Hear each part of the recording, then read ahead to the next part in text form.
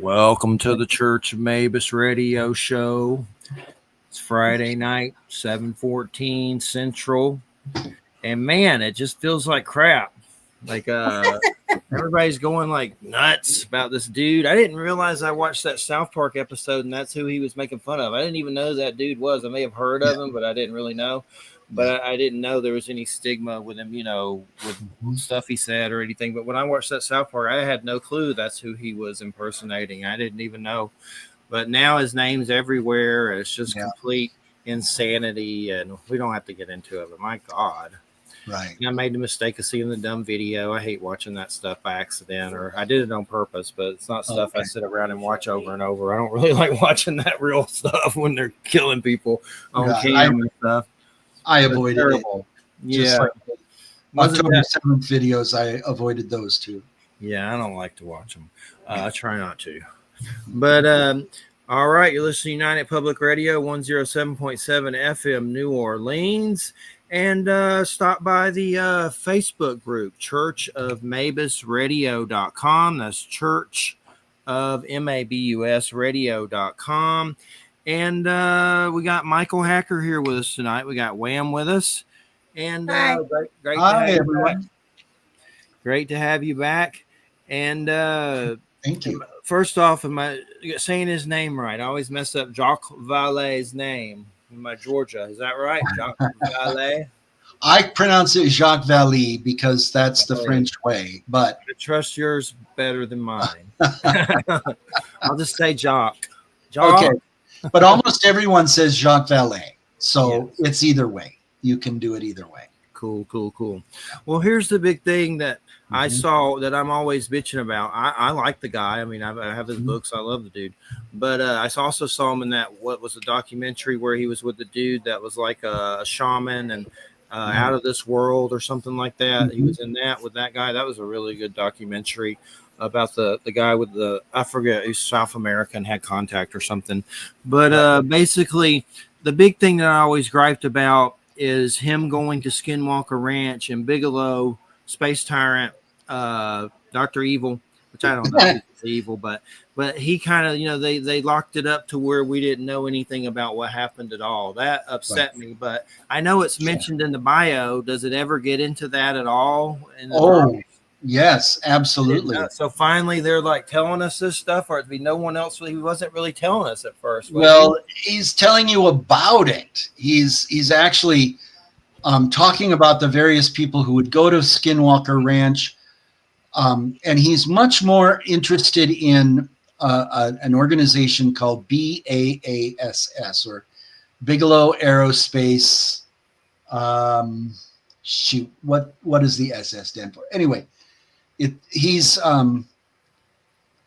very frustrated with the state of research around BAASS because they created an enormous database that had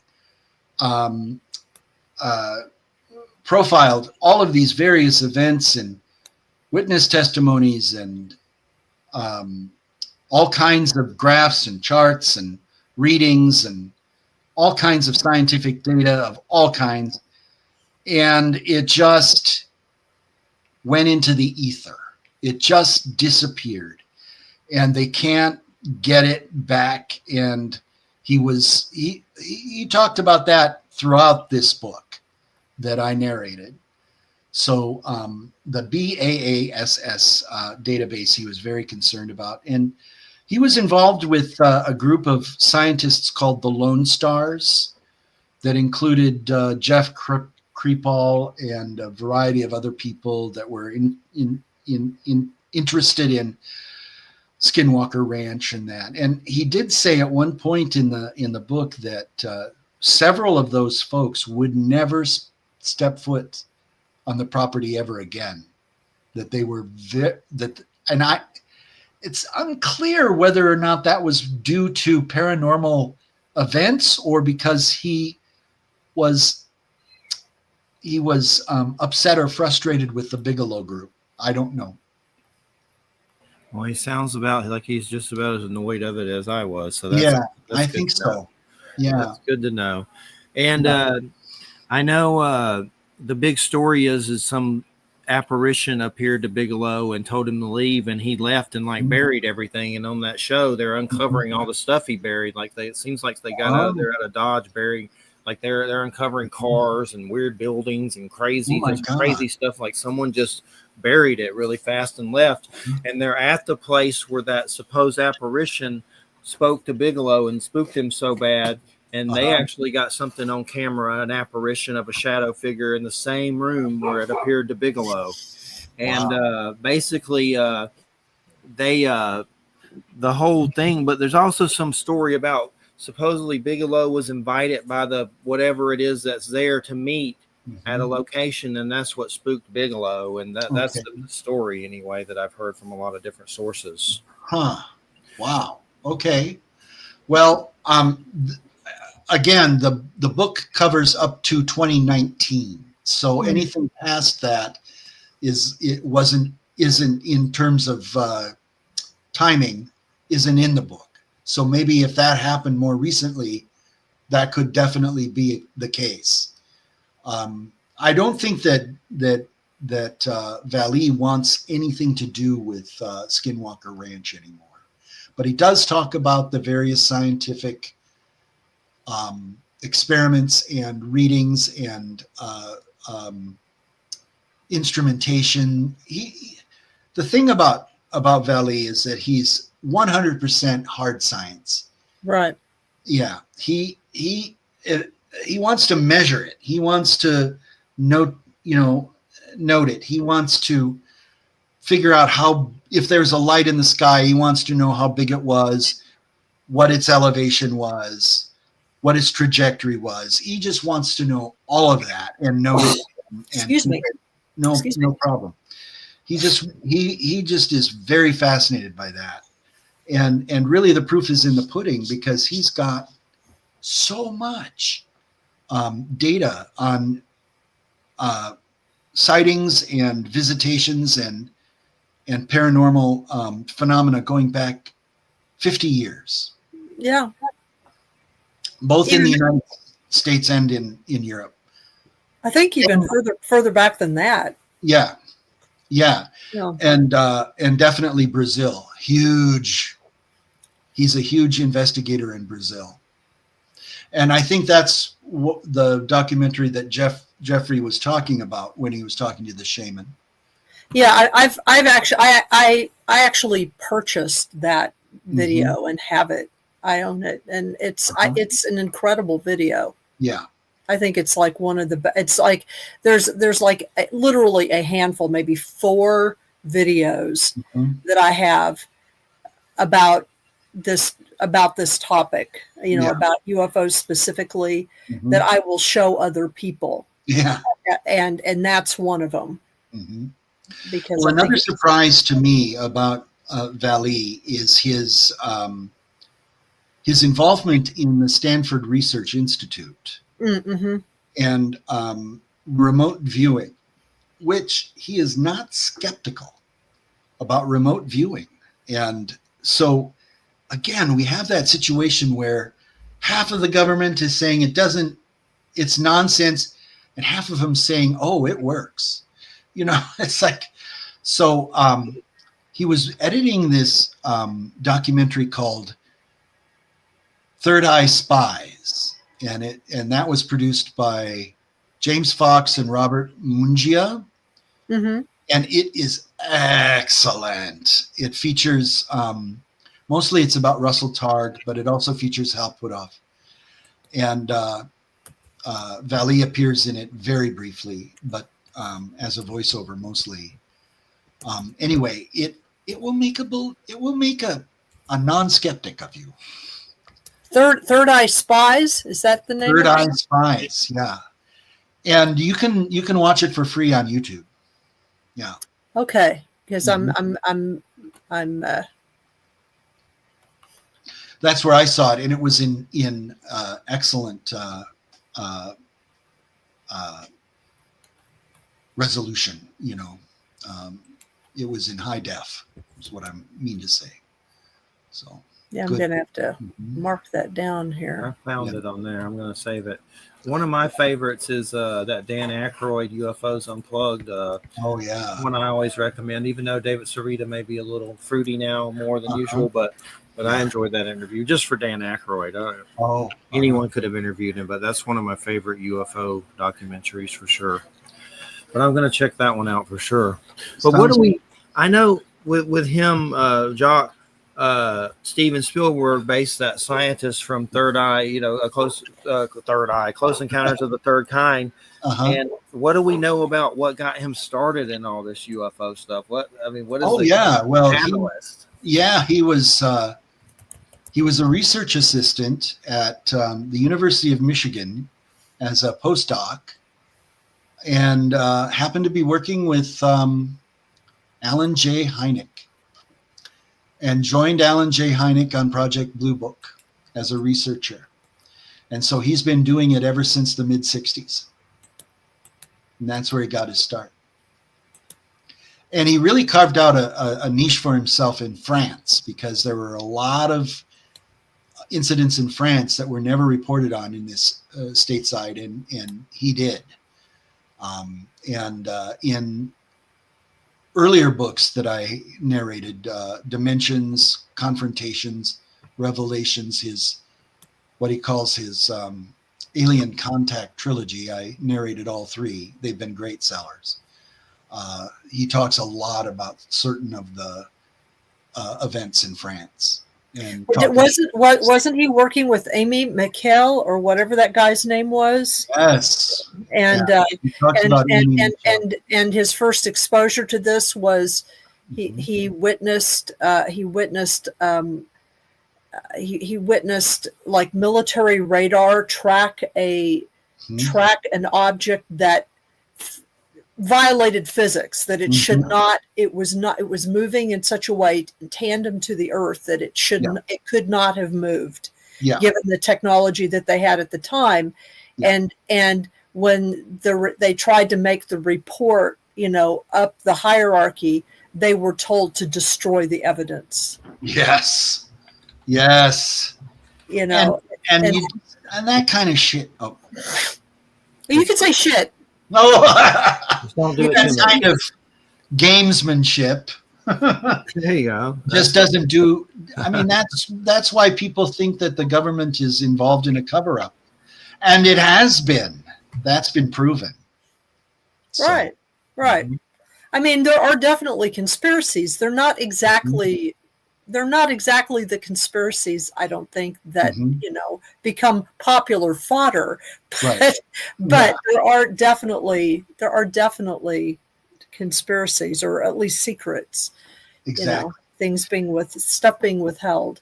One of the things that popped up in the book that I found interesting was mention of this group called the Collins Elite. Have you heard of them? Yes, I have heard of them. I had never heard of them before reading this book, and he talks about Nick Redfern, I guess, was the person who broke the story. Yes. That's where I heard from it. Yeah, that's where I heard it from, Nick Redfern. Yeah. And that it's a group of evangelicals in the DOD who don't want anything to do with UFOs or aliens, because they believe that it's all demonic. Yeah. That's pretty crazy. So. That given the nature of some of the other things, there is this weird story that I like to tell, if you would indulge me. Please. Do you know who J.J. Hurtak is? I think I've heard the name. J.J. Hurtak, he did many things, but he crossed paths with Vallee, and in fact is interviewed and described in Vallee's Messengers of Deception, which you can kind of look up and find him in there. But J.J. Hurtak was associated, probably rather loosely but genuinely, with Targ in fact, he wrote a couple of books with Targ. Okay. And with Andrea Purick, that guy, and he himself was not. I don't think he was involved with the research, but he was connected to people who were connected to the research, and he is credited with writing a series of revelations and commentaries that are known to the world as the Book of Knowledge, Keys of Enoch. Okay. Which is sort of a well-known book in the New Age, in the branch of the New Age community that is connected to contact with higher extraterrestrial masters and all that kind of stuff. Anyway, through a very circuitous path, which I'm writing up to describe in a series of podcasts, I ended up having some rather extended interactions with J.J. Hurtak, which ended up with me being invited to one of his seminars, or whatever it was. He called it a seminar. It didn't strike me as one when I went, but it was a seminar that he was giving. This was in like 2007, I think it was, 2006, 2007, that he was giving in Herndon, Virginia. Okay. And he was going to be, according to him, discussing what was then a new publication that was supposed to be kind of like a bookend publication, the completion of what he had started in the Book of Knowledge, Keys of Enoch. Okay. So anyway, are you familiar with Herndon, Virginia? I have heard of it. My sister lives in West Virginia. Herndon is a bedroom community of DC, and it's one of the places where, along with Crystal City, where the bulk of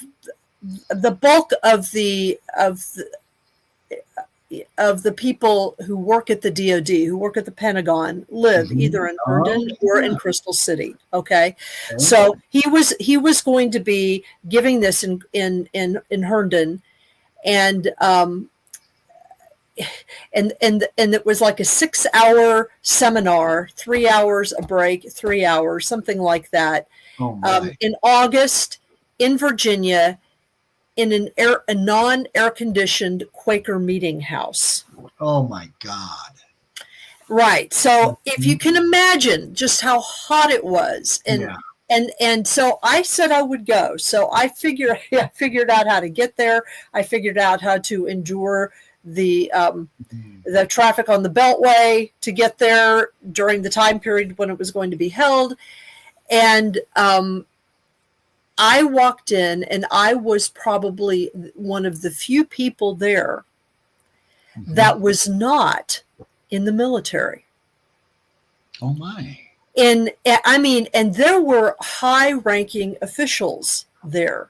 I mean, we're talking in their full uniforms in this weather, in that, and they were listening to him, raptly listening to him spew what for me was just bizarre crap, about like the first part of it was really not about the new publication at all. It was about it was mostly his wife, Desiree, standing in front of people with this large notebook, reading revelations from the Book of Knowledge, Keys of Enoch, and then reading news items that apparently were supposed to prove the prophecies. It was just bizarre, but it was all about how you can, what it lapsed into towards the end of the thing was how you could, through spiritual mechanisms and technology and, all this weird stuff about extraterrestrial crap, how you can recode your DNA to activate your Merkaba whatever, and transcend your physical reality. It was all this. It was what's called ascension stuff. Yes. And it was weird. It was just weird. I sat there and I just thought to myself, this is the strangest experience I've ever had in my life. And it blows my mind that there are all these military people here. Yeah. I mean, we're talking 80% of the audience or more were military, like in high-ranking military. I thought to myself, wow, if people only knew what folks in the DOD do on their day off, you know, it was bizarre. So so when I read about the Collins Elite, because that was a few years later when I read about that, when Nick Redfern wrote about it, I wasn't surprised at all. Yeah. It's like, because there's a pretty direct pipeline from crunchy granola and new age stuff to evangelical stuff. And even Vallee and Messengers of Deception recognizes that. Yeah. He sees that. I'm considering, I would like to do Messengers of Deception for audio. It's not in audio yet, and it is something I'm hankering to do. I need to get in touch with him. My experience with Vallee has been directly through his publisher, Anomalist Books, who publishes his trilogy and his journals. So they don't have the rights to Messengers of Deception or Passport to Magonia. So, but I've done now 4 books for Vallee.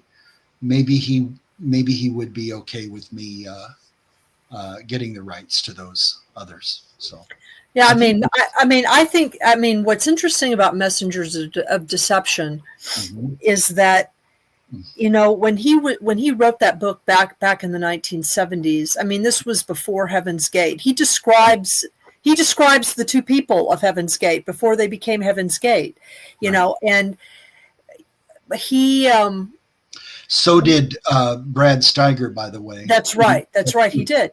Yeah. What's interesting about Vallee is when you read that book now, when you read it then, you just thought to yourself, oh, this is all just this weird stuff. But when you read it now, it's like a warning. Yeah.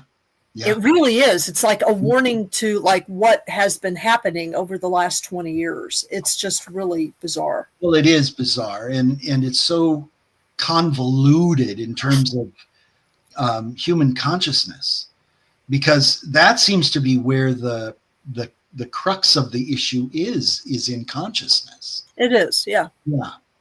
He has a friend he's in the Bay Area, and he has this friend who is a professor named Federico Fagin, and Fagin writes a lot about human consciousness, and that's an interesting perspective. He writes very positively about his friendships in this book, about his relationships with people, and Federico Fagin, Jeff Kripal, Jack Katz, who was a kind of a shaman, but also was one of the first people that actually did full-size comic books. What are they called? Graphic novels. Yes. Yeah, he's probably not alive now, because in 2019 he was like 93. But what was his name again? Jack Katz, Katz. What graphic novel did he do? Let me look it up. Okay, you can just let us know later or whatever. But yeah. Okay. American comic book artist. The First Kingdom is his masterpiece.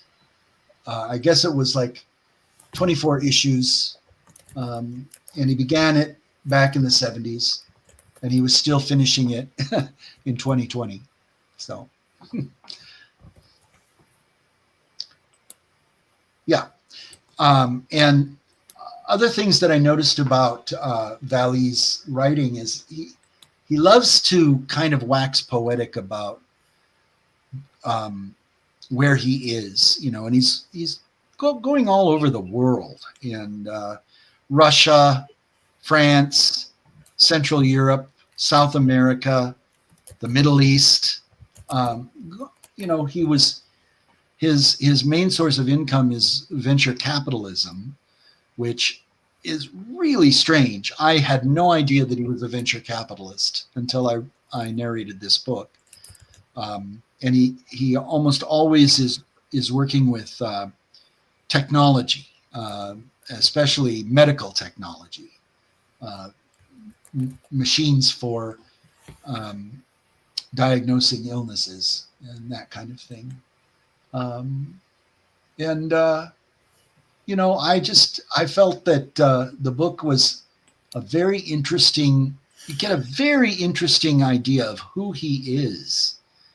And it was the hardest book I've ever narrated because of all the science and all of the French. There was just so much French. And then there's art, there's literature, and his relationships with his new wife. It's just, you get a real three-dimensional view of who he is as a man, and he really is a genius. I came away from this book feeling that strongly. So yeah, well, he's a very original thinker. Mm-hmm. Yeah, I mean, he's very original, and I think that I first encountered his work back in the 70s when he for some reason, I can't remember what book of it. I know what it was. I think that John Keel mentions him. Yeah, I'm sure. In Mothman Prophecies, I think he mentions him, and I really liked Keel, even though did you Keel know him personally? Who Keel? No, I did not. No, but I know several people who knew him personally. Yeah. So, but no, I did not know Keel personally. We were speaking about Andy Colvin earlier, and Colvin was very familiar with. Yes, I mean Andy is a person that I know. Yeah. So, but I know a couple of other people who knew Keel too. Yeah. I liked Keel a lot, and so I know that I'm pretty sure that when he mentioned Vallee, I decided I would check him out, and I was so impressed with just his approach. Yeah. That it was one of the few approaches that made any sense to me of a way to look at this massive data. Very contradictory, bizarre data. Well, I mean, he had me when he said that it's both a physical and a spiritual experience. Right. Mm-hmm. Yeah, I mean it's something that touches you on. I mean, that's part of the reason I think why. I mean, we're talking about UFOs, but just paranormal stuff generally. It demonstrates, I think, that there's much more to even physical reality, but just reality generally, but also physical reality, much more to it than we can immediately ascertain. Yes. And that just understanding that to begin with is the beginning of unraveling your assumptions about Indeed. what you think you know. And I think when you have an experience that's paranormal, and I've only had a couple, they were profound. They were, right. Earth-shattering, for lack of a better word. Yeah. Well, yeah. I mean, that's putting it lightly, isn't it? Yeah. Yeah. It changes you. So. I'm kind of curious when y'all said Brad Steger and Jacques Vallee kind of predicted Heaven's Gate. Did you mean they were just talking about people like that, or the actual people, or they were just kind of like talking about just messengers of deception, and that they kind of came along and fit the mold that they were talking about? No, Steiger wrote an entire book about the two, Okay. Metals and Applewhite, I believe his name was Applewhite. Yeah, Applewhite. It was called The Two. So he was following them. He was interviewing them, and so I'll have to check that out. I interviewed Steiger before, and was in New Dawn magazine with his ghost book and stuff, and that was pretty cool. But yeah, I was just wondering about that. But so what were some of your? And you may have talked about it before, but we'll go ahead what you were going to say. But I'm kind of curious if you could summarize your paranormal encounters a little bit. Oh, well, sure. I just wanted to mention that I grew up around the corner from Brad Steiger and his family. I went to school with his sons. I visited his house many times. I didn't know who he was. I knew he was a writer, and I thought I might want to be a writer someday. So I was fascinated.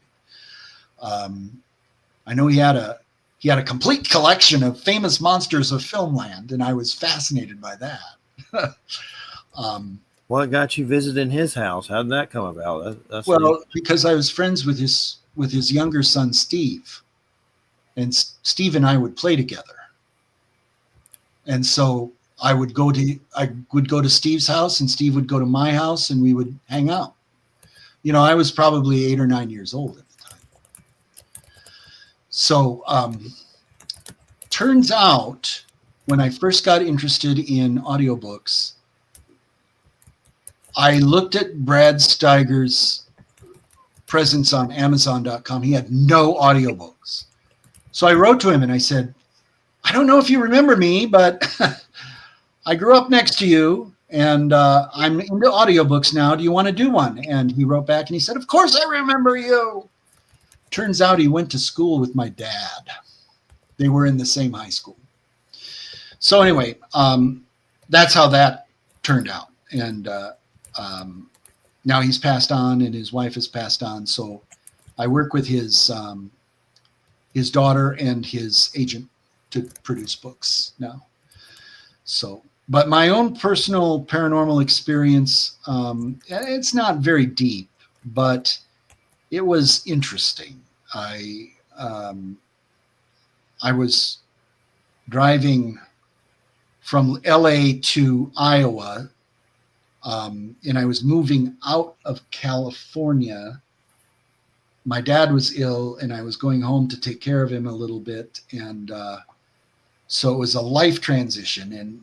And I've heard before that paranormal experiences will often happen during life transitions. And I was driving along the 15 through the Mojave Desert, and I see this silver orb in the sky. It was stationary. It was broad daylight. And I'm looking at it and I'm going, what the hell is that? And so I'm looking at it. I look down, I look up, and it's gone. Like that. And I went, oh my God. And then I felt this overwhelming sensation of being observed. It went up and down my spine like that. And the thought came to me that I was being vetted. I was being judged. That somehow I was being considered and found wanting. They decided not to use me. That's what I walked away from that experience with. So that was one of them. And then elsewise, and this is sort of what's happened at very low ebbs in my personal development. I've heard voices only twice, so it's not something I hear all the time. But it was a situation where I felt like I was hearing from the deepest part of my subconscious. Mm-hmm. And it was helping me. I don't want to go into what was said, but it was profound. And so that really reminded me of something I had read in the breakdown, or the origin of consciousness and the breakdown of bicameral mind, when Julian Jaynes talks about hearing that voice over his left shoulder. And it was this sense of English, a voice. There was someone else in the room with me. They didn't hear it, so it wasn't paranormal on that level. Yeah. But it was definitely going through my head. So, and what happened to me as a result of that was some total exhaustion after the fact in both sequences. Mm-hmm. Yeah. Yeah. Yeah, there's only so much of alternate reality that one can take at a time. Yes, indeed. I don't want to live there all the time. I do not want to live there all the time. Well, I don't want to live there till I'm suited for it. Yes. It is. Yeah, I get tired too. Me and Christine have been watching a lot of those YouTube channels where they like collect the cryptic sightings and like there's a lot of ghost stuff. And right. I know a lot of it's probably not real, but I think some of it is. But there's some really weird stuff. Like there's this one channel, I guess he's British, called Slapped Ham. And that's all he does is just collect that kind of stuff. And then there's one Maximum Fear. Yeah, I've seen his videos, and some of them are pretty wild. Yeah, I think some of them are real. One of the weirdest ones I saw that gives me the creeps is there was like this African-American gentleman with I don't know, Rastafarian or Jamaican, and he was just going crazy because he just bought a smart TV. And in the very corner of it, he's cussing and ranting and raving. There's an Asian dude, like he's watching him, and somehow the smart TV capability showed him when the guy's maybe they were seeing each other, but in the video the dude was cussing and just like, who's that little man, and just going crazy. And maybe it was a hoax, but I don't think it was. But somehow it alluded that there could be people watching us through our smart TVs in foreign nations. And it was the creepiest thing. Like the dude is in the corner of it and the guy's going crazy. I mean, it gives me goosebumps right now. Like the fact that they may be watching us really through our China, maybe watching us through our. It seemed to. It was crazy. It was crazy for sure. Yeah, that kind of stuff weirds me out. Yeah. But yeah, the stuff's fun to watch regardless. But definitely. Jacques Vallee. Vallee. Did I say that right? Vallee. You can say it either way. And I want to say, I know your way is the correct way. So that's what I'm aiming for. Jacques Vallee. Yes. But has he seen UFOs? Has that ever come up? Has he actually seen UFOs? Yeah, he doesn't go into great detail, but yeah, he has. So there's a lot of, I know what I was going to ask you. Anomalous books, are they still around? Because we were talking about Artie Six Killer Clark's greatest book ever. All her books are good, but we've interviewed her multiple times. The Native American Star People Encounters, her first, I believe it was her first book. That book is like $200 or $300 now. So I'm just curious if Anomalous is still around. Why wouldn't they reprint that? Like that book was amazing. But are they still even around? I used to do interviews for them and get books from them, but they seem like they're dead or something. Well, I'm paying them a lot of money. So they're alive. Somebody's still alive. Somebody's still kicking. But yeah. Okay, I'm looking it up right now. Patrick, I think his name is Belgian. I have his book, one of his books about swamp gas or something. Yeah. To me. I didn't know if they're still kicking, but I guess they are. Yes, they are. Swamp Gas Times, Glowing You tell him I said you better reprint Artie Six Killer Clark's book and do any deal with you. If you don't do it, Jack's coming to your house. Well, the last book, it looks like they published originally was in 2021. So yeah, he wanted me to read a book, narrate a book about Sasquatch, but I didn't get around to really kind of preparing it. So maybe I will. Maybe I'll. You need more Sasquatch in your life. It's always a good thing. He's really friendly to me. So I think because I pay a lot of royalties to them. So yeah, I'll have to check in and see what's cooking. But is that a new one coming out? A Bigfoot book, like something new? No, it was a couple years ago. Okay, well that sounds cool. Yeah, you know, the Vallee books have been great sellers, big sellers. I mean, huge. So they've been selling 300 to 400 units a month. Wow. Mm-hmm. I know we were talking about Nick Redfern, and I don't really like to bring this up, but I know the book's final events, and I have it. But I heard from someone pretty reputable, but that he's going through some dementia type situation, and I don't know if he's putting out books anymore. And the guy was his publisher, and it's pretty well known. I mean, he worked with him, so he should know. But that's what I'm hearing, and I tried to contact Nick to get an interview and email, and it was very strange. And I was wondering, like, does he hate me now? But I think he was maybe actually. Have you heard anything like that? That he's going through something like that? That's what I heard.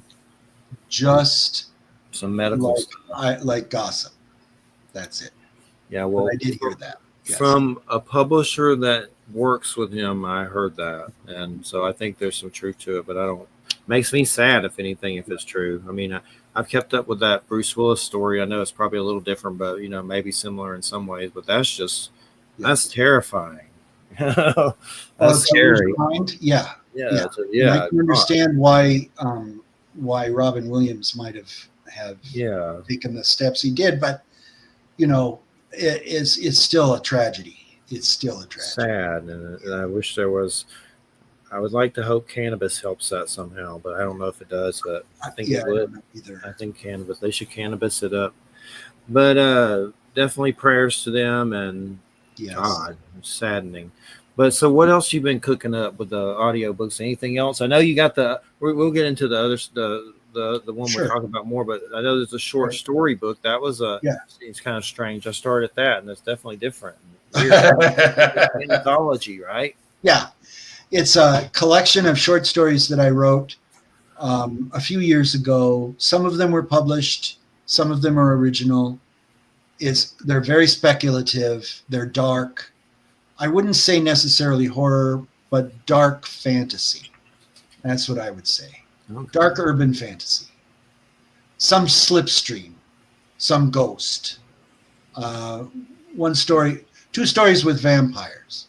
Cool. Yeah, I'll have to get to those for sure, and definitely. I know we need to get into some alien Bigfoot erotica at Amazon. Like, come for Bigfoot, you can make $100,000 a month. I know. I could write that if someone would just edit it for me. I mean, I could do that. I could get Marquis de Sade with that shit. Oh my God, it's just all over the place. How about dino porn? Oh. Or you could dino porn. Dino porn. It's like exopolitics with XXX. Yeah, that's right. That's what that stuff is nuts. It should be writing Amazon alien porn. Yeah. Well, anyway, I encourage your readers to check out the Vallee book. It's called Forbidden Science 6. It's a compendium of personal journals from the year from January 1st, 2010 through January 31st or through December 31st, 2019. So it covers a 10-year span. And this is the 6th one. So he's been doing this for 60 years. But you get a real insight into who he is. Really. And Wham, what was that documentary? Was it Visitor from Another World? Is that the name of it? Hold on just a second. I want Mike to see it. That's why I'm bringing it up, because that movie made me cry. If something makes me cry, that should be in Guinness Book of World Records. Hold on. Just a minute. My stuff. Purchases and rentals. About Another World. It's called Witness of Another World. Yeah, check that out if you can sometime, Mike. I don't know where it is, but let me take a look. I may have seen it. Witness of Another World. Basically about this like South American dude that's kind of lonely and having these encounters, and then he kind of hooks up with a community he's related to, and Jacques Vallee comes down and hangs out with him, and he just kind of like, you know, gets with his shaman family, and there's like, you know, shamanic stuff going on. It's good. Yeah. But basically, I think if I remember right, what it is that Vallee interviewed this man, had a very profound and traumatizing contact experience when he was young. He was like maybe 12 or 13, 14, something like that. And then so Vallee comes back after 25 or 35 years or something to re-interview him. And he talks about that in this book. He talks about going to interview him and the whole production and everything. Right. It's and you get to see. I mean, they film it sort of as it's happening, so he gets to, you know, re-meet him, and the guy has never gotten over his experience, and the only thing that helps him get over his experience is reconnecting with his shamanic ancestors and his family. Essentially, they're the only ones that know how to help him integrate the trauma in a meaningful way. Right. And to me, that's really kind of the spiritual part of that. I think is really what Vallee is trying to talk about. You know, he's trying to say, you know, and also trying to, I think the movie implies that these ancient forms of knowledge, these ancient ways of doing things are very effective, much more effective in dealing with some of this stuff than our modern psychology, even more sophisticated. They had thousands of years to hone it. Well, and it's more accepting in certain ways. You know, it's like, you know, even with all of the new revelations, you know, that you know, there are things about this phenomenon that are real. You know, the fact is that if it's still a stigma, if you say that you've had actual contact with something, or, you know, connected to something, there's still a stigma about it. So, you know, at the very least, you're regarded as a little odd. Yes. Have you guys heard of a writer named Diane Pasulka? Yes. In fact, I'm familiar with her material. Yeah, I've read a couple books by her, and I really am impressed. Vallee was too. He wrote about her several times in this book and speaks highly of her. Yeah, she's onto it. She's onto it. Agreed. I have, it's like American Cosmos or something in that one of them, and something else. Okay, I have her first book, but I was eyeballing her second one. That seemed pretty interesting. It seems like it gets more into deeper stuff for sure. I've read both of them, and I've read them both as audio books. And the first one was narrated by a professional narrator, and the second book was narrated by her, which I thought was more successful, frankly, as an audiobook producer. If if Vallee had wanted to narrate his own journals, that probably would have been better than having me do it. But he didn't want to, so I did. And I tried my best to get inside his head and experience his life from his observations, and that's how I approached it. But there's no substitute for the author reading their own work, really. What else can you tell us about him that appealed to you? Some of the more interesting stuff. All of it's interesting, but what's some of the stuff that stuck to you? I just really was impressed by his level of intelligence, his genius, his method of really analyzing pretty outre stuff. And really, I can't remember exact instances or phrases that he used, but it's very intelligent stuff, very, very erudite. When he's talking about consciousness, and he's always going to Esalen, the Big Sur retreat for intellectuals on the West Coast, talking to all of these amazing writers and scientists and that kind of thing. Also, how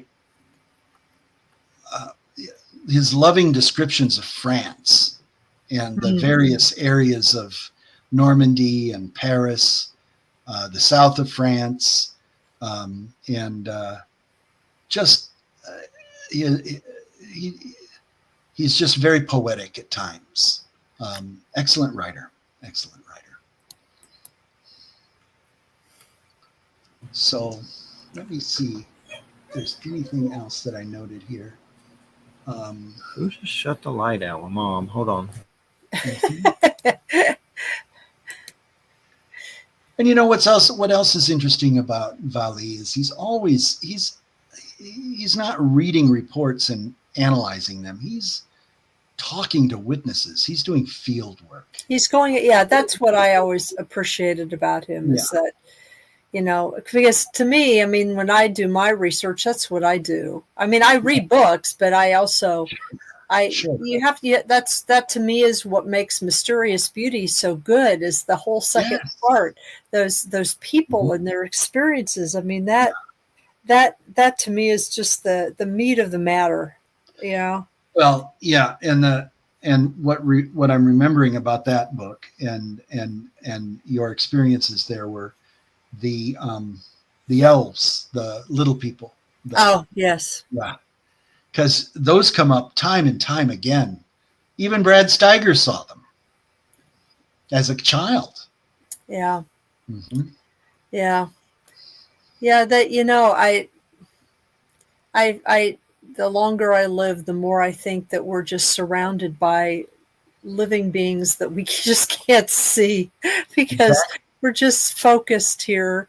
We're just focused we're focused in this frequency that we're focused in, and exactly. And that's because that's where the danger is. We think that there's an existential danger out there. Our eyes are trained to see it, to be on guard for it, and there's an invisible world that is beyond the spectrum of our eyesight. And you know, it's funny is if you pay attention, this is why animals are so useful. If you pay attention to animals, like my chickens, chickens can see at least 100 more shades of color than we can. Yeah. And their hearing is substantially better than ours. And they are finely tuned to the environment because they know that everyone likes to eat them.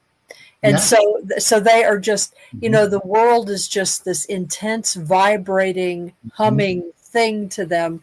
And no wonder they're twitchy, you know what I mean? But they very frequently anticipate things, hear things, see things that I don't until like much, much later. And so the animals kind of remind us of that, you know. So it's not even it's not even about so much just what's invisible to us in an obvious way. It's that there are ways of ascertaining things in our everyday lives that we don't see or hear, you know, let alone more profound things, you know. So yeah.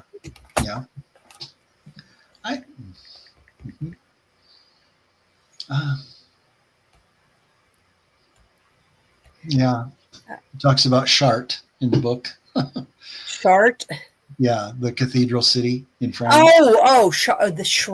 Chart. I was thinking of something else. That's okay. Yeah. I know you know what I'm doing. Yeah, but what about Chartres? Oh, he loves that city and loves the cathedral. So it's hard not to. I'm going to look up.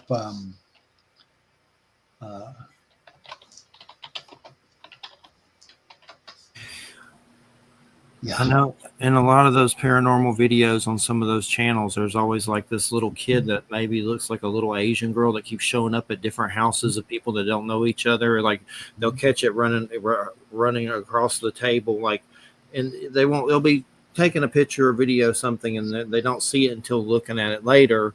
But it seems like it's weird when you see the same entity showing up in different people's locations around the world and in their house, and like that, it makes it seem more real to me and creeps you out more. But there's one of a kid that keeps showing up, and it seems like the same kid, which I don't know, maybe it's alien hybrid clones. I don't know what it is, but definitely it's the little girl from The Ring, but or the Ring horror movie. But those get really creepy.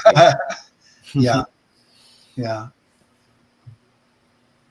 I'm looking over the sequence of entries that he makes about Juan Oscar and Don Felipe in Argentina, and yeah.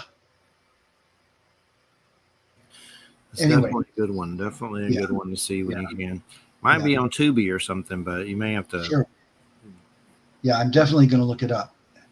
And you guys look up Third Eye Spies. That's brilliant. Yeah. And apparently he helped edit it. Oh yeah. Mm-hmm. Yeah. Cool. With James Fox and Lance Mungia. He talks a lot about fires in California and is quite sad in those sections when he talks about the terrible wildfires that really devastated that area over the years that he was writing about. I know you said, didn't you say he goes to Brazil or South America or whatever? Same thing, I guess, but goes there a lot for cases. Because I know we saw, I think, Wham, you saw that one too. I don't know if you saw it yet, Mike, but there's some George Knapp documentary on Netflix that where there's stuff going on where they got attacked, like a woman was attacked with marks and they were coming out of the ocean, the military and stuff. What kind of, do you remember any specific cases? That was one of them? I believe that was Fortaleza. And that it was a flap that occurred over several weeks, and apparently they have lots of footage from it. But other things that happened were they have a kind of refrigerator-sized UFO called a Shupa, and that has been seen lots of times, and hunters see it, and people have marks on their bodies after having encountered them, and so it's a form of UFO that isn't seen very often elsewhere, but in Brazil. So a Shupa. Yeah, I remember reading about that. There's the researcher Bob Pratt. Wrote a book about that. That's where I first encountered Shupa, and I know that Vallee talks, or Pratt in his book talks about Vallee, and I'm sure that they knew of each other. Yes. So,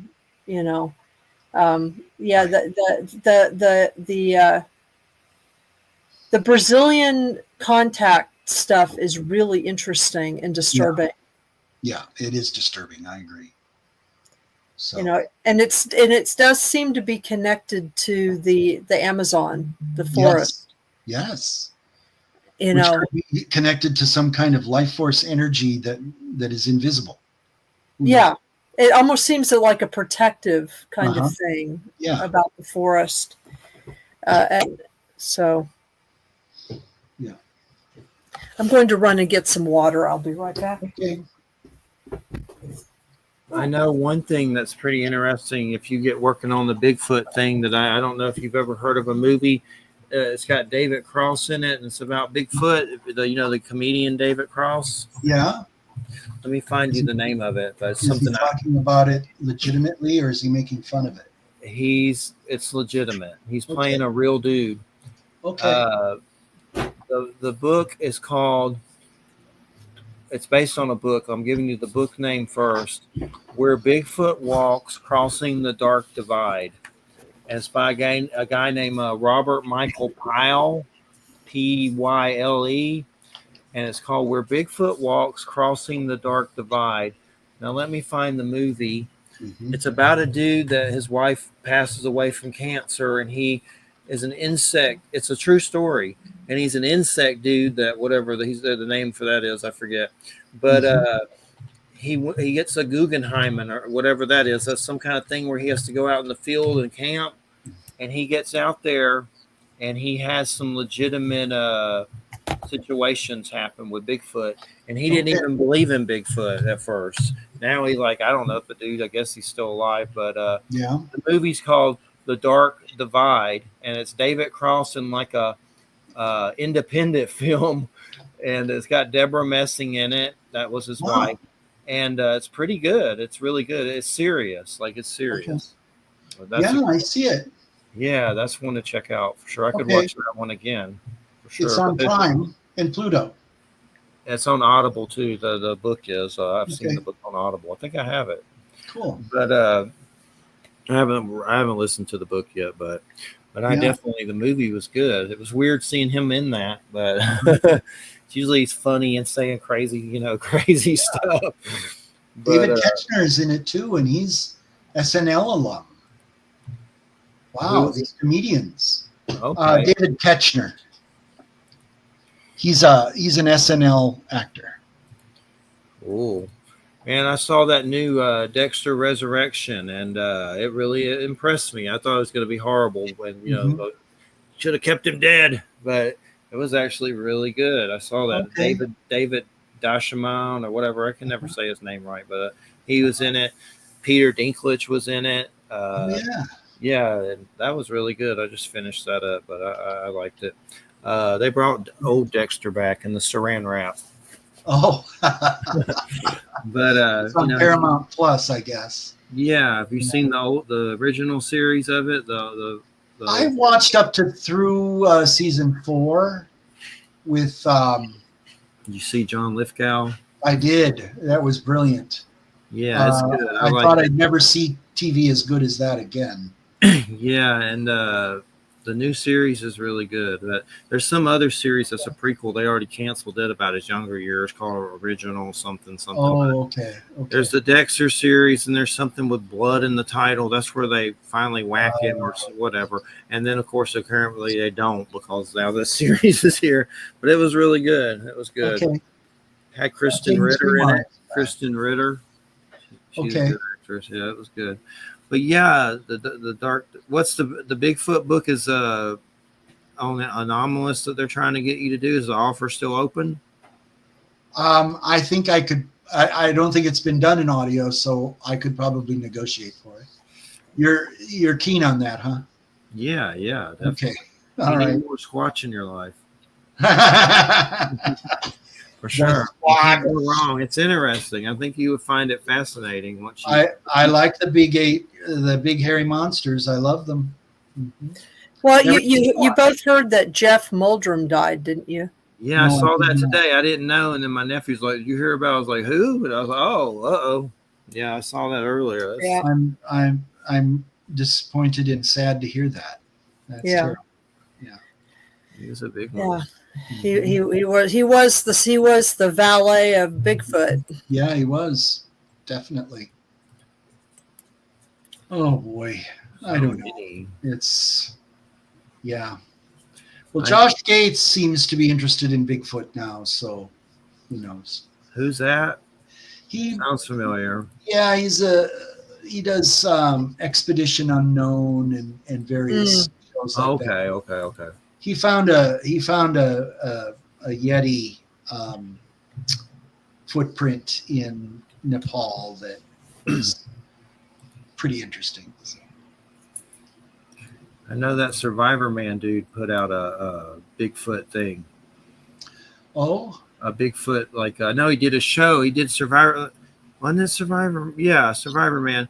He did a series too where he Bigfoot's involved somehow, but I know he just did a Kickstarter about a documentary that was about Bigfoot, and I haven't seen that yet, but I'd definitely check it out. So what are some other dream projects you got cooking in there? What other ones? A lot. You know, I'm hesitant to talk about very specific titles because someone could grab them out from underneath me, but but then don't talk about specific titles. Okay, all right. You could talk about the topics. Sure. Well, my next book is a work for hire from Echo Point Books, and it's called The Ethics of Authenticity. It's really dense stuff. Canadian book. It's about philosophy and sort of, finding personal fulfillment and the morality of that, of being authentic to yourself, and whether or not it's more moral to toe the line and conform or be authentic. And anyway, it took me through most of the book to figure out whether or not authenticity was a good thing or a bad thing. It is a good thing. Well, that's good. That's good. But the rhetoric is really dense and very, it's going to be difficult to phrase it so that it's clear, but I'm up to the challenge. So. And are you going to use the AI with this? No. This is my own voice. So, and it's a work for hire, so I don't get royalties. I get paid up front, which is fine. That's fine. That's a paycheck. So, absolutely. Normally, when I'm on shows like this, I'm talking about my company, Ed in Arcadia Audio, which we do primarily paranormal nonfiction. That's my niche. But last year I did a book called Sharon Tate, A Life. It's a biography of Sharon Tate. I don't know if we discussed that at all, but anyway, that was a great book, and it's wonderful. It's by Ed Sanders, who wrote The Family, the first book. Yes. Anyway, he wrote this biography of Sharon Tate. It came out in, I think, 2016. And it came out before Once Upon a Time in Hollywood. God, it's really good because it discusses Sharon Tate as a person and not a victim. Right. It talks about her dreams, her aspirations, her method, her climb up the ladder in Hollywood, her commitments and her frustrations and what she wanted to do with her life. And I mean, it's just a real revelation of who she was. And it's so sad, what we lost there. There's a whole chapter on RFK's assassination as well, which was really hard to read. Yeah. And the reason RFK is in there is because there was this rumor that the Polanskis and a couple other people were dining. I believe it was Friedkin, the director Friedkin, were dining with RFK the night before his assassination in California. Sanders sort of he's really good at kind of getting underneath the rumor and just kind of figuring out what really happened and presenting various scenarios of, well, someone said this, someone else said this, someone else said a third thing, So I found it fascinating. It's a good book. I encourage people to listen to it. I did a good job on it, if I do say so myself, and I'm proud of it. Let's see what else. Oh, I might have to check it out, especially as read by you. Yeah. Well, Wham, I'll send you a code for a free download. Okay, that would be great. I'd love it. I'd love it. I can do that. And my collection. Can I talk about that for a second? Yes. Okay. So these are all stories that I wrote.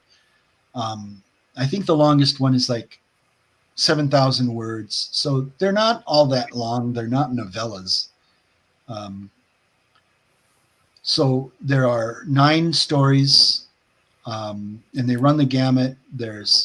I have a really good sense of humor, and so there's comedy in it as well as kind of bizarreness. The two stories were published in 2 anthologies. The Unspeakable Horror anthologies. There was 1 and 2, and they were LGBTQ anthologies. And the first one was the first LGBTQ anthology to win the Bram Stoker Award. Wow. So that one was a real feather in my cap. And it's about that story is about a Russian vampire in San Francisco in the late 19th century. And then my other vampire story in that book is a send-up of Twilight. I did a send-up of Twilight. I rewrote Twilight kind of in the style of James Ellroy. So it's all very noir, and it's hilarious. So I recommend that story. If you're reading anything in the book, read that one because it's great. It's called Osculum in Fame and Other Dark Embraces. So it's very sexy. And the Osculum in Fame is part of the Black Sabbath, where the witch kisses the anus of the devil, and that's kind of the theme of the book. So did you say the anus of the devil? Yeah. Okay. Usually it's a billy goat. Nice. Yeah. Sounds like a wild ride for sure. But definitely the more horror the better. Yeah. So the title story, Osculum in Fame, takes place at the Danvers State Mental Hospital in Danvers, Massachusetts. I kind of was inspired to write that story after seeing a movie called Session 9. That's what I thought that was. That movie was crazy good. It was creepy. Yes, God. It was. What was so creepy about that? You didn't really know exactly what was going on, but it was just unsettling. Yeah. It's kind of like an It art. creeped me out. Yeah. Enough that I needed to write more about it. So that's a good one for sure. Definitely creepy. I know those Ari Aster movies, man. They always make me feel sick when I watch them, but I'll watch them once. What's your favorite? I think Hereditary was pretty good. I agree. But Midsommar, I mean, I didn't hate it, but it was good, unsettling. The Beau is Afraid, I watched it once, and I mean, it was good, but I didn't really know what the hell was going on in a lot of it. Yeah, I haven't seen Beau is Afraid, but I did see The Johnsons. It's a short film. I've heard of that. I think it's a vampire or something. No, it's very, very unsettling. Is it by him? Yep, Ari Aster. I know he did Eddington, and I want to watch that. I haven't seen it yet, but it's supposed to be Yeah. about some COVID, like living during that or something. But I know. Oh, okay. But that's a new one that he just did. Eddington, that's right. Yes, that's right. I found it, a short film. It's on Okay, YouTube. so It's 30 minutes. What's it I'll save called? it. The Strange Thing About the Johnsons. Yep, I found it, 2011. Don't blame me if you watch it.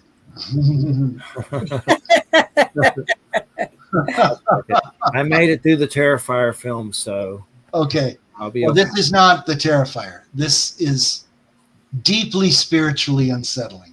Okay. Deeply spiritually unsettling. Those Terrifiers are good, but buddy, those scenes in that, my God. It's like, I don't know. Super Horrible. Super splatter. Super, like, just sick. Like, Yeah. it's too much. It's too much. Like, he takes what's those machines that, like, cryogenically freeze you or whatever? Like Oh, yeah? he takes one of those to a dude's head and then breaks it. Oh! It's bad. He saws a woman in half through her vagina. Oh! Whoa. Scary. And I mean, it's horrible, but they're good. Yeah. But I mean, they're good movies. They're supposed Well, to be a do any of these novelization. victims deserve their fate, or are I they don't all think so. I think there's just like wrong place, wrong time? sinful whores. No, I don't know what. I don't think there's a rhyme or reason. There's no theme, huh? There's demonic stuff going on. Okay. Like there's a demon that kind of like is part of him, and it's weird. Like it gets really, really, really weird. But David Howard Thornton plays him, and he hangs out on my Facebook sometimes and talks crap about Trump. So Okay. All right. that's a good thing. But but they're worth watching. Like he really, as far as making an icon like Jason or Freddy or Chucky, like one of those iconic Pinhead, he's done it. Yeah. This is the one. Terrifier Clown is. There's T-shirts, there's figures, there's probably T-shirts in Walmart now. For God's sake, but it's become an icon. But it's unsettling though. The scenes, you're like, man, I like watching this once, but I might watch it again sometime. But it's not anything you get in a hurry to like watch it. Like I'm sure there are nuts that watch it over and over or something. Oh, I'm sure. I'm sure. But people have thrown up in the theaters. Oh, geez. Have you ever fainted at a movie? Can I tell you my experience? Sure. Yes. Sure. It was I Spit on Your Grave, the original. I've heard of it. I think I've seen it. So it's a rape revenge movie, and she's got one of the rapists in a bathtub, and they're in the bathtub together, and she's fondling him under the suds, and he's kind of enjoying that. And then you see her pick up a butcher knife from under the clawfoot bathtub. She reaches down and she picks it up, pulls it down under the suds, and she does a little motion like that. And he says, "Oh, that's nice." And you see, and she gets up and she gets out of the tub, and then you see the blood start to bubble up under the suds. And I get up out of my seat and I walk and I start seeing these green blobs in front of my face. And next thing I know, I'm laying on the ground. I fainted dead away. It was wild. That's the only time.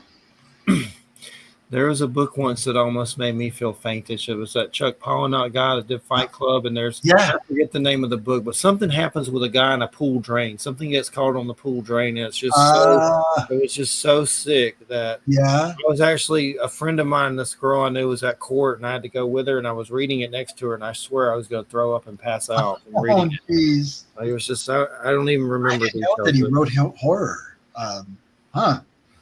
Yeah, I knew that his stuff was dark, but boy, that's wild. The only movie that's really messed with me when I was a kid that gave me the creeps was Toxic Avenger, when the guys were running over the kid's head with the with the car. That for some reason stuck with me over the years. That was yeah. I want to see that new Toxic Avenger really bad, but it's not out yet, or Right. it is. Who's in it? Peter Dinklage. Peter Dinklage. That's right. But there may be someone else doing the voice. It's one of those weird things, like when Darth Vader, like one person does this, and Right. that situation. But Peter Dinklage, I think, is in it as him, like as the character before he gets radiated or whatever. Elijah Wood's in it. Kevin Bacon. Supposed to be good, but they say it's over the top, and it had some ratings problems because there's a lot of vulgarity and him like wanking off or something and weird stuff with pee and stuff. But apparently they finally are going to let it through theaters, but I think it's still rated R. Apparently it was finished in 2023. That's interesting. Yeah, it got locked up because of ratings. Okay. Yeah. Huh. They've been doing that to a lot of movies lately. There's a Coyote cartoon with the Acme, the Bugs Bunny and all that that's locked up, and I don't even know if they're ever going to release it. But do you know what the issue is? I wasn't sure, but I don't think it's like ratings, but something else. But just weird stuff like that. Huh. Yeah. There's some things that Disney locked up and will never see the light of day again, too. Did it to Batgirl, which that probably wasn't the greatest anyway, but they shouldn't they shouldn't do it. Oh, Batgirl, that's right. Yeah, they do it with a lot of stuff, but we've been watching Severance. Have you ever seen that? It's on Apple TV. I've seen every episode. That is crazy. That'll mess with your head a little bit trying to figure that out. I'm on the second season. And we were all trying to figure out what the theme was, and because of the idea that the corporation started with healthcare, we thought that it was basically a kind of Mormon stand-in, the company for the Mormon Church. I don't know.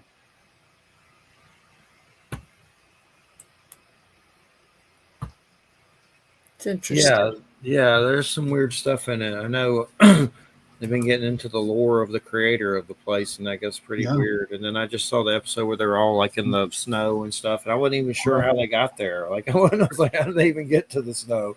Right. But it's good. But it's just hard to figure out. Like they splice you to where when you're at home you don't remember work, and when you're at work you don't remember home, and there's an innie and an outie, but it's the same person. It's just it's really weird. Like it's by Ben Stiller, which it's definitely I would consider it a drama, but it gets weird to where you're trying to figure out the splicing and all that. But yeah, Apple TV, God, they got so much good stuff on there. It's insane. Everything's good on there, just about. I've been trying to watch Foundation. I don't know. Do you guys watch Foundation?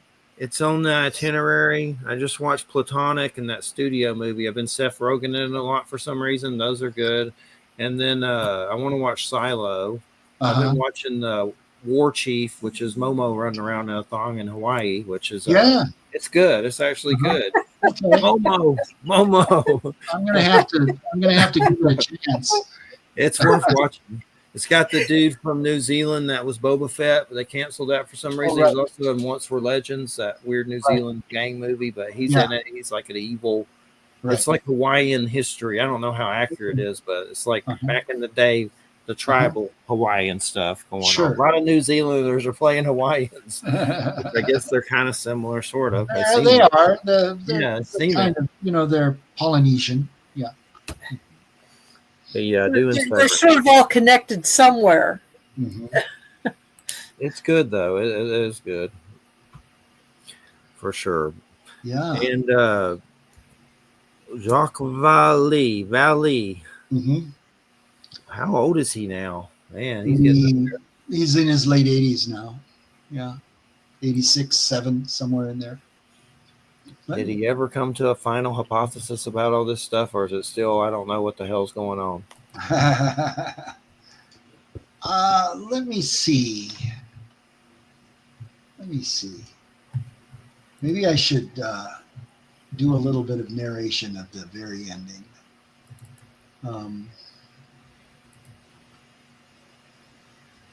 Okay, so he says here at the very end, one major fact remains. People have been hurt, physically and emotionally, first by the ordeal, then by the rejection and misunderstanding from families, neighbors, and the state itself.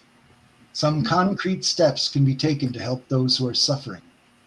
An English private group that my wife and I have joined, led by a distinguished legal expert and supported by psychologists and medical professionals, has issued initial guidelines to the necessary help. Other projects are moving forward. My archives of 50 years of investigation, scrubbed and updated, are now in the hands of the librarians at Rice University, where Professor Jeffrey Kripal directs the growing collections from a dozen others who've now joined the party. Dr. Richard Haynes, Whitley Strieber, Paola Harris, Dr. John E. Mack's custodians, and others have now donated their own files. It represents a massive archival effort with an initial 10-year horizon. Most importantly, leading professors at 3 major universities, Nolan at Stanford, Loeb at Harvard, and Knuth at Columbia, are now showing the way to serious research, relatively free from the pressures that have defeated such efforts in the past. We can expect new findings from their work, bypassing the old obstacles with novel methodologies. There is an academic revolution in progress. Witness the new courses in religious history by Diana Walsh Pasulka at the University of North Carolina, daring to raise the question of non-human intelligence. After the demise of BAASS, I updated my private files with unpublished records, and I have been hunting for hidden clues with a form of assisted intelligence. Never seen patterns have emerged, and I can test them in the field. More importantly, perhaps, as seen throughout this book, high-level communication with the phenomenon itself, interaction of a novel kind, has made itself obvious in our lives and minds. The process is hard, but we are not helpless before it. On the contrary, it is waiting for us with a new challenge. There is still time. Yeah. I think you just channeled him. You're starting to. But yeah, I do have, that's my goal, is to get as close to his voice as possible. You're doing it. Thank you. I guess if I were to say he's at all skeptical about anything, it's disclosure. He's skeptical about disclosure. Yeah, I don't blame him there. I'm skeptical of it too. Yeah. Here's my biggest thing with everything. I'm someone that's gone through encounters and stuff, and I genuinely believe, besides life in general giving me trauma, it did as well. And I try to look at it positively, because I don't know if I've been taken and put on a table per se physically, but there's possibilities, because I've had UFOs over me many times with multiple witnesses. They don't remember it years later or don't want to talk about it. And it's all I remember is a UFO over me, and I don't remember much else. So it's possible. But I also think they work with you on other levels. But my point is, there's a lot of trauma with that kind of stuff. Yes. I remember being terrified in my house and something in my windows blinking. I think they had headgear or something. And like it was blinking, and they were at my windows, and I was scared to go outside. Like, when you say blinking, yeah. Do you mean like eyelids blinking or like flashlight? Like a strobe light, like kind of like a weird strobe, like a okay, fast, but really fast, like something you've never. And I guess it was like. Well, I think that light can be a form of communication as well as sound. Yeah.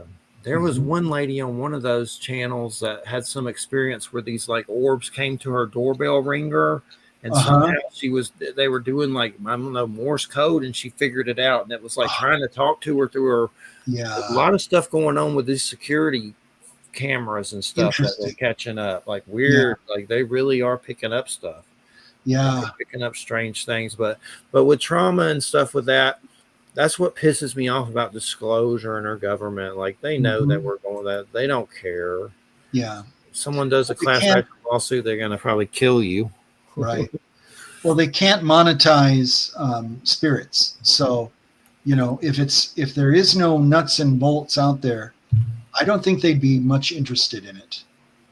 You know what I'm saying? Right. Exactly. And then it's so weird. They're having the congressional hearings talking about all this serious stuff and retrieving vehicles and blah, blah, blah. And then you got the Pentagon who's releasing UFO stuff saying there's no credence to any of it. So it's just stupid. And then the ATIP people are saying, yes, there is. Here's evidence to the contrary. And we go back to something like Collins Elite, where people are actually, suppressing the information, the proven data that is there, because of some medieval superstition. Yeah.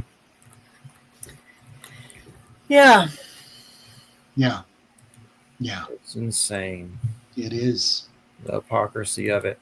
So have you been watching the new Skinwalker Ranch stuff, like the show and Beyond and all of it? I love it. What in the hell is going on in that show? I haven't seen the most recent seasons because I am poor. So I don't get the channel. I get it on when it streams.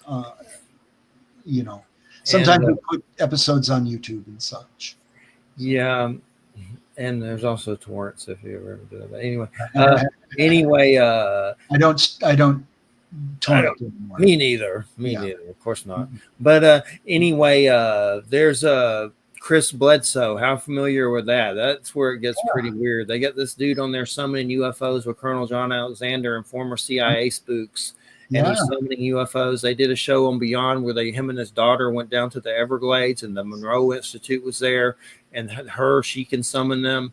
And they also locked him in like some copper tank, and every time he'd wave his hand, one would appear over the area, and he couldn't see the area. They're doing all these weird tests. It's definitely weird. Definitely a lot of spookery. That's what worries me the most about it. Well, exactly. The disinformation is just weird too. Not only the misinformation, but the disinformation, the deception, going back to messengers of deception. Who was the guy in Arizona? New Mexico, I mean. Oh, goodness. Anyway. What was it about? UFOs? Well, he Benowitz? Benowitz. Greg Bishop? Yeah. Project Beta? Yeah, I interviewed him about that. Who drove Benowitz crazy? It's that guy. What? The government. Black Hawk, right? The Black Hawk. Do you remember the name of the agent? No, I don't remember that far, but yeah. Oh, shoot. Okay. Let me look up Benowitz here real quick. That's a crazy story. I brought it up not too long ago, and it's definitely when I had my UFO stuff, a helicopter came over my house with no sound, no blades, set over my house, and a man, like in a Top Gun situation, waved at me, and it shot away with no noise. It's like I saw UFOs, and they sent out some kind of agency to investigate. And at one point, someone put a $2,000 credit on my phone because I said I was going to turn. This was a long ass time ago, but I said I was going to turn my phone off. Someone put a $2,000 credit on my phone, and I got the power. I mean, the phone company to send me a check of it, and I used it for land taxes and went on a shopping spree. But someone heard me say I was going to turn off my phone and put a credit on the phone to keep it on. No one I knew would give me $2,000 like that and not tell me that I knew. Oh, weird. Yeah, that was during that. So these agencies are concerning, and that's my concern with Skinwalker Ranch and all that they're using it for something nefarious for theatrics too. But I think there's stuff there, but there's so many spooks on it. It just creeps you out more than the phenomenon. Richard Doty was the name I was looking for. Swam, no, she's muted, or she Swam, you're muted. I don't know if she's trying to. She may be doing something. Yeah, I didn't remember. Okay. Yeah. Richard. I knew it was Richard somebody. Richard Doty. Richard Doty. Yeah. One time I had the Hynek Foundation contact me about something about Andy using something about copyright, and I sent it to him, but I never heard anything else about it. It was something about Andy Colvin. Andy Colvin, yeah. I got an email from a Hynek representative, something to do with a book and something. Andy took care of it, I guess, or whatever. Okay. It's still creepy. We can talk about that offline if you want. Okay, well, you know about it? I didn't know that. All right. I didn't know, but one of the weirdest things that happened is Cristo Rupolo, Curse of the Man That Sees UFOs. Yeah. You ever seen that documentary, Curse of the Man That Sees UFOs? Sure, I have. It's about a dude that gets some very good footage, and he actually had the dog from Pirates of the Caribbean. It's passed away now, but he owned that dog. But it's a good movie. There's a sequel too, but Curse of the Man That Sees UFOs, and there's a sequel to it. But he sees phenomenon in California that's amazing, and he calls them like squiggles and names them funny names and stuff.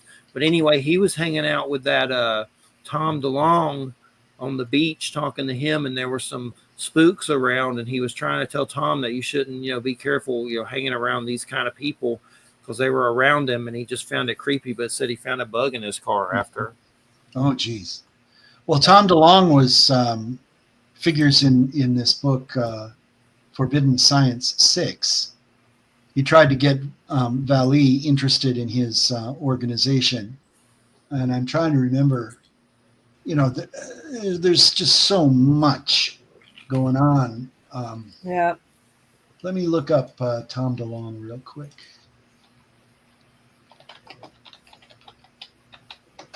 Well, he's a musician, but also, a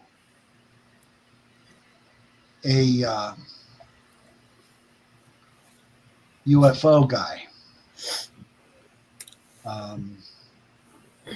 Seems like he had good intentions, but he got a little too caught up in the spooks. That's what. Yeah, he did. He did. That's exactly what I think Vallee came to the conclusion of. Dang, we got like 4 minutes. Okay, Blink 182. That was sort of it. Yeah. But there's one thing I want to say to you and William off air, just take 1 minute if you can, William. Just like 1 minute, just one sentence. But yeah. But man, it's always great having you on, Michael Hacker. Where can we find some of this stuff? Where do you got a link? Well, what's your website? My website is michael-hacker.com. And the dash is a hyphen, michael-hacker.com. And you can reach me through my web portal. It'll go right to my email, and I will always respond to an email. And even if it's crazy, those are the most fun. And so, yeah, reach out. There's profiles of all of the Vallee books on the website, and be patient. Sometimes I notice that it has a hard time loading because it's heavy graphics. So but it will, and it still works. And enjoy the books. Well, and if for any of you listening who have a book that you want read for Audible, Michael is so good, and he's so easy to work with, and he and in the field of people who do this, he is reasonably priced.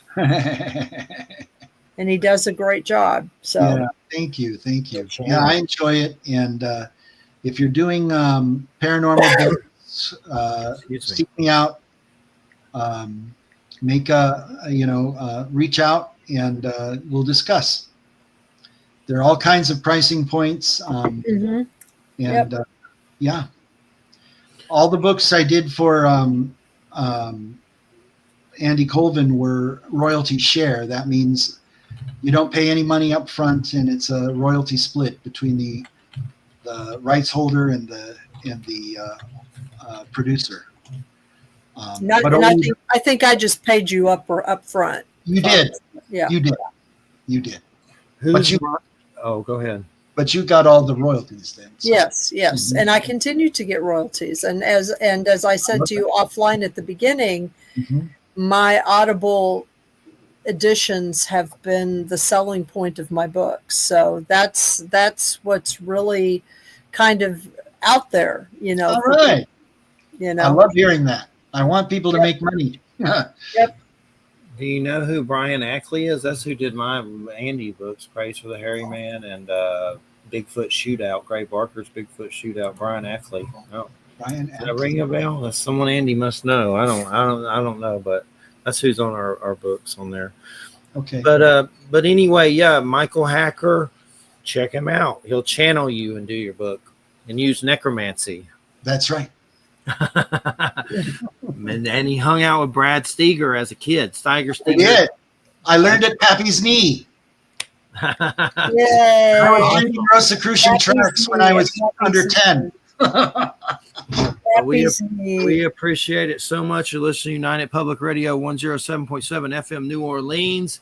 Everybody have a good weekend and go get Split at Severance on Apple TV. Get Split. Absolutely. Get Split, baby. Goodbye, everybody. All right. Bye.